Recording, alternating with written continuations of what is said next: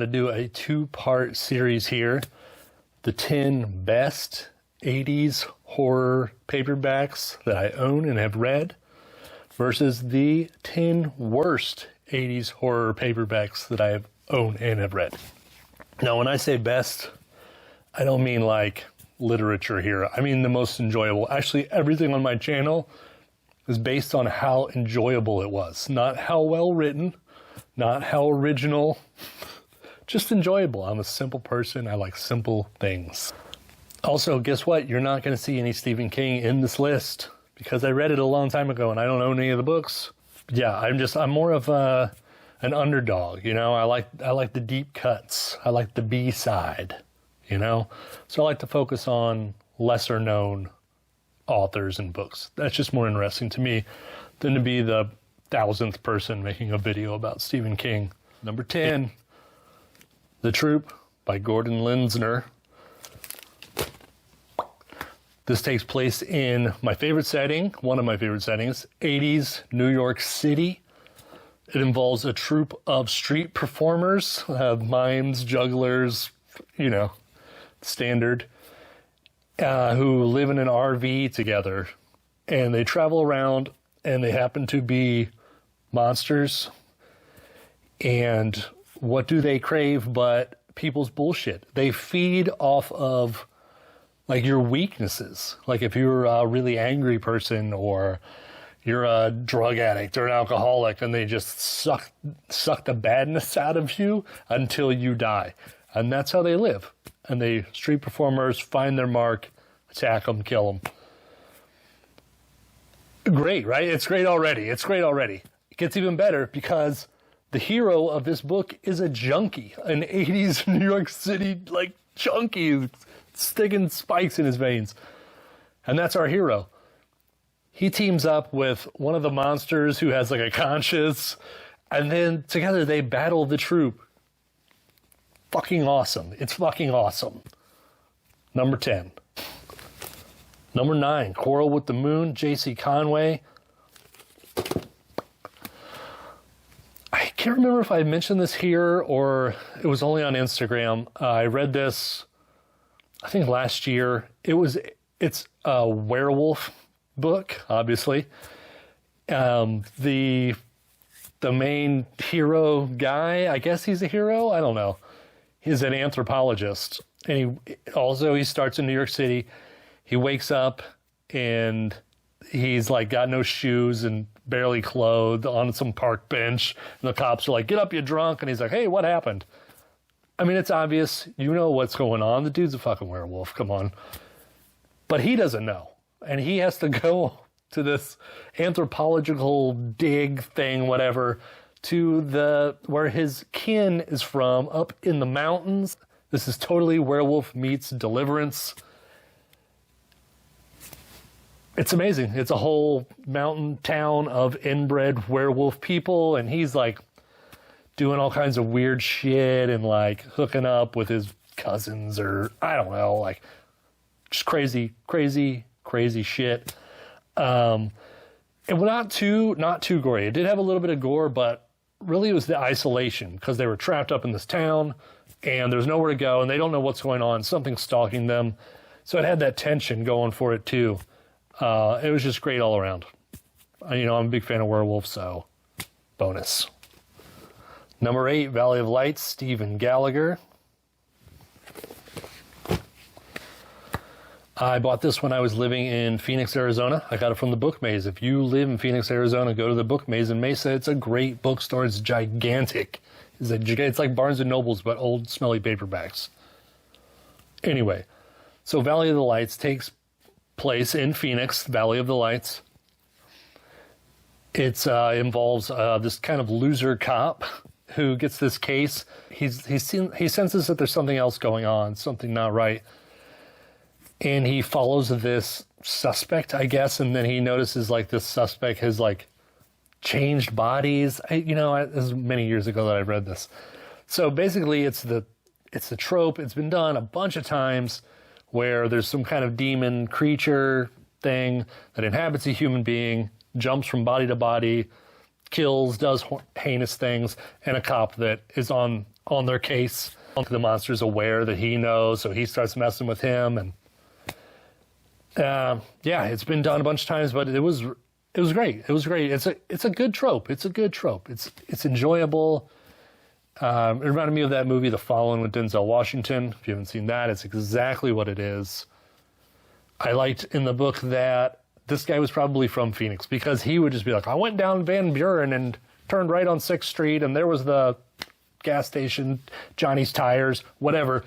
And it was exactly right. It was crazy. I could like read the book and then drive there. So that was fun. Number 7 is Transformation by Edmund Plante. This is one that my wife read first, and she's like, oh, you got to read this. I was like, yeah, okay, I'll read it. We usually don't read the same books. Even though we read the same books, it's almost like if one of us has read it, then it's been read. I don't know. Some kind of psychology going on there. Transformation is crazy, and I think it's what the kids refer to as body horror these days. This young couple is getting married. The woman is up in her room, like getting the night before, like putting on her veil, like, I'm so excited. And there's a rock crashes through her roof into her closet. Then she goes and looks, and it's a little tiny spaceship. And the little spaceship man, the alien, the goo alien, goes inside of her, takes control, like, it's kind of like Valley of the Lights, but it's different. This is a different trope. So now she has this alien inside of her, kind of like driving the car. She gets really horny and angry. So she like smacks her dad or her husband on her wedding day. And then the wedding night, she like hooks up with like some random dudes at a bar. There's like a gangbang of this newly married woman. The husband finds out, he flips his shit. He's like, oh, what the fuck? What is going on? What is wrong with you? And she's just like, leave me alone or do me. Just go ahead and do me. So he's like, well, I mean, okay, it is our wedding night. So now he is infected, I guess. And basically it's just them turning into these creatures. Like she just kind of lays in bed and like her body becomes goo. And she's just kind of like this gooish, like liquid creature, and it's infecting him, and he is out there like banging hookers and turning gooey, and no happy ending. It's great. Number 6, Scorpion, Kina, Alexis. Scorpion is my first Native American subgenre horror that I have on the list. Is my favorite subgenre. I don't know why. It's just like, I don't know, there's something about it that I just really enjoy. All right, this one I read a long time ago, so I'm just going to kind of read an old review that I wrote. So let's see. So we have a Cherokee witch lady, an old man Cherokee witch guy, a Nurse Ratched type doctor lady, her catatonic daughter who she doesn't care about, and her other hippie-ish type daughter who is up in the mountains of North Carolina at a weaving and spirituality school headed by a witch lady. We also have a hunky professor of anthropology, once again, who used to date the hippie daughter. By the way, he's a professor at a community college. The witch lady is also a scientist, and she's bringing back ancient water scorpion jellyfish who come from the skies with magic and forgotten language. So what we have here is some convoluted shit at the beginning with a bunch of people. It's the first 60 pages is very confusing. I remember I even wrote it down. I was like, what the hell? Once you get past that, it is awesome. And it's like Lovecraft meets Native American subgenre horror. It was just fucking weird and dreamlike and eerie, and once again, we're up in the mountains. Isolation, just odd characters. Yeah, it was creepy. It was creepy and like a nightmare. Number 5, Ouija by Andrew Lawrence. Actually, it's pronounced Ouija. Little witchboard for you guys. This was cool. It was a short one. Thank you for writing short horror people from the 80s. Wish I could go back in time. Now you don't need a big fat horror book. Short ones, to the point. And that's what Ouija was. It's about these three people who are in Spain. They're all from different countries. One US, one UK. I think the other person's from Spain. I don't remember. They go, there's the guy from the UK he makes board games that have to do with the occult. He goes to a party and they play the Ouija, and he makes a wish, I guess, for this girl who's sitting at the party to come back to his hotel later on. Doesn't even talk to her. Later that night, knock on his door at the hotel. There she is. They do it, nary a care in the world. Wakes up the next day. She's dead. Now he's wanted for murder, obviously. Goes back to the UK. I mean, what are you going to do? You're going to sit there and, like, let them put you in prison? No, you're going to go back home. Fuck it. Who was she anyway? Back home, he catches his wife cheating on him, and then she dies. And now he realizes that it's the power of the Ouija, and he goes back and hooks up with those two other people, the two ladies, and the weird stuff's been happening to them, and they got to figure it out, you know? This was very smart. It was very, like, philosophical and, like, I don't know. It was a step above what you usually see in horror books. It had more meaning to it. Though I can't remember what that is now. But I did write it down. So trust me, old Nick says it had meaning. Number 4, Slimer, Harry Adam Knight. Another small one. I love the small ones. Look at that cover. Got this sucker for $3. Also at Bookman's in Phoenix, in Mesa, Arizona. All right, so 3 people are adrift. Or no, it's not 3 people. That was the last book. All right, so a group of people are adrift. I think 6 maybe. Let's just say 6. Adrift in the ocean. I think their yacht crashes or something. Crashes. Can you crash in the ocean? I don't know. They're on a life raft, 6 people. They get to what they think is an oil rig place, but it's actually a scientific research station. When they pull up in their boat, a ladder comes down. They're like, hell yeah, we're saved. Woo! Climb the ladder. They get up and no one is in this entire research station. And they're like, well, who put the ladder down? Like, who's here? How's this place empty? And so they just kind of walk around and do their thing. And, you know, they got their personalities. The one guy's a jerk. He's from the U.S. Everyone else is from the UK. The asshole's from the United States. We do it best. So in the night, they see like a large creature, like trying to get in their door, and like eerie shadows. And they're like, what the hell is going on here? And then one day they just see a scientist walking down the hall, and they're like, hey, man. Running after him. They keep seeing him. And they finally catch up with them. There's just too much. This is just too cool to say anymore. And I think that they made a movie out of this. I found it on YouTube, but it was in Russian for some reason. I tried to watch it, but I mean, it's in Russian. But it looked like it followed the story pretty well. So maybe it does exist. Slimer, great read. Find it. Do not pay $800 or whatever those fucking assholes on eBay are charging. You can find it. I found it for $3. Here's where it gets you. It's in between King and Kuntz.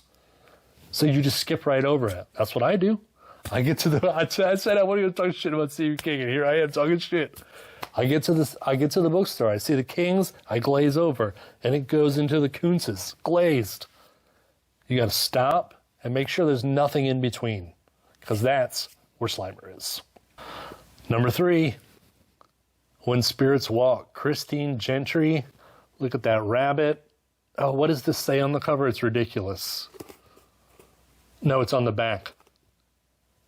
A ton of adversity had descended on the territory. What the fuck does that even mean? A ton of adversity had descended on the territory. There's a lot of adversity in this. This starts in the way back. It's more Native American subgenre horror. Way back in the 30s, there's a Native American guy who sacrifices a rabbit to the rabbit gods for his son. All right, we jump to the 80s. Navajo Nation. There is a family, 3 white guys, 3 generations of white dudes who own the trading post, treat the natives like garbage, unfortunately. There is an old hermit who finds this like bracelet, and then he dies this strange death. But before he dies, I don't know, someone picks up the bracelet, takes it to the trading post. Obviously haunted, obviously has something to do with the rabbit gods. And then the rabbit, and then it just infects people, and it's, you know, it's witchcraft, it's spirituality, the Native American lore. The white people get their comeuppance. And this is super gory. This is one of the most gory books. Like every other chapter, just insane slaughter. It was just crazy. It's just a crazy book. It's crazy. It's ridiculous. Totally enjoyable, fast-paced, and the setting is on point. So, number 3. Number 2, Night Train, Thomas F. Montelone. So I read this one a long time ago. It's another one. I got to check the notes. This is actually one of my oldest horror books that I've owned. So this one starts off with a bunch of different chapters of different people's perspectives, and it's confusing at first, and it really doesn't matter because it's all throwaway. They're just fodder. They're just going to get destroyed. The only one that matters is this cop. There's been strange shit going on down in the subway. A train has disappeared. There's been monsters like gooey blobs with teeth. There is a skeleton reptilian bird picking, what was it? Skeleton reptilian birds picking at the entrails of a somewhat human creature chained to a wall on a subway platform with no entrance.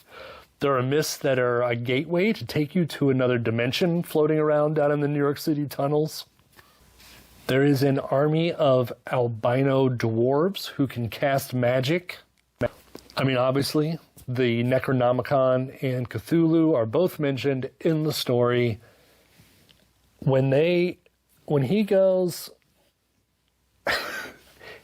through the mist into the other land, it is a crazy, surreal nightmare.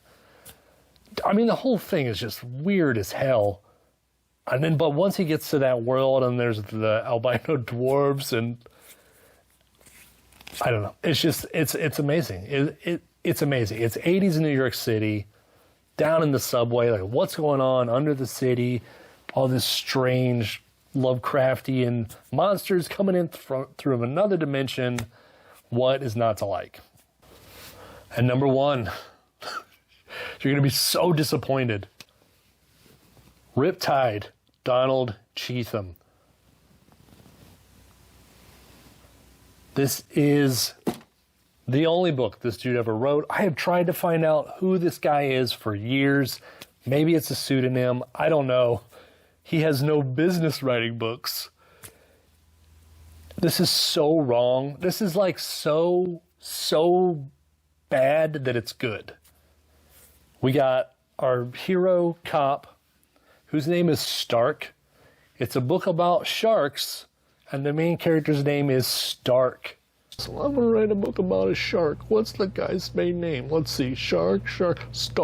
That's good, Stark. He gets transferred to some, I don't know, Florida beach police force. This is one of the most sexist characters in any book. He just like walks in and his lady's a boss, and there's another lady who's a cop, and he's just like, what are all these women doing here? And it's not like they're showing the guy is bad. It's to show how like manly this dude is. God, it's so wrong. Obviously we get shark attacks, But it's not just the shark attacks. There's a scene where this teenage brother and sister are swimming, and then there is they're talking about their incestual relationship, and then the shark eats them. Why was that in there? There's the perspective from the shark, so the shark is thinking things and having thoughts. There's a scene where Stark and the shark have a staring contest at each other, to see who will flinch first. There's a ridiculous scene where they have to, Stark and the two hot cop ladies, and trust me, every woman in this book tells what size boobs she has. It's the first description. So they have to go undercover to the nude beach. So it's just him and these two hot ladies, and everyone on the nude beach is young and attractive, which I'm assuming is not what real nude beaches are like. There is a siege. God, I wish I could remember all the ridiculousness. But the best is the climax is there's a hurricane. So this hurricane comes, and all these sharks are in this city, in Florida, just eating people. The hurricane blows the skin off of someone. Someone's standing there, and the wind is so hard, it says it just rips his skin off and it goes flying. There's a woman on a boat who is pregnant, or she has a baby, I forget, but the boat's on fire, and then she jumps to the water, and then a shark just eats her and the baby. It is ruthless. And Stark is sitting in his hotel during this whole thing, during the whole climax, getting wasted, thinking about all the women he would like to have sex with. That is the climax of this book. It's not him taking on this shark. It's just him sitting there getting wasted in this apartment building while everyone in town gets eaten by sharks. I think I put the body count of this thing at 100,000. It just kills the hurricanes, the sharks, the fires, all the death in this book. It's 100,000 people. And it is just a wonderful, horrible, fun book. I know, it's terrible, but it's just so bad that it's good. You're going to be dying laughing. But you're also man, I can't wait to see what happens next, because this is the stupidest fucking book I've ever read. And it's about sharks, and it's gory, and oh my God, it's awesome. It's awesome.